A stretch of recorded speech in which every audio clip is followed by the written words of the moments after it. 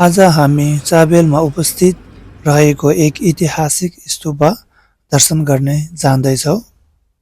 तपाईहरूले त्यो स्तूपा चाबेल चौकमा भएको आकाशी पुलबाट पनि देख्न सक्नुहुन्छ।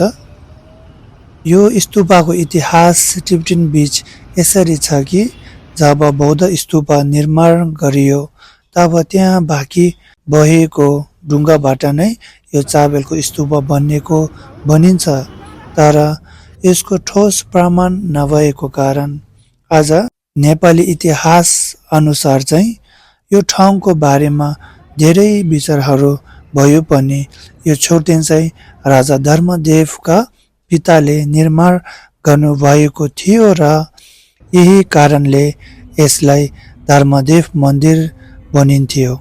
बिस्तारै इतिहासको नाम धर्मदेव मन्दिर हराउँदै गयो र यसको नाम धन्दो चैत्य भयो।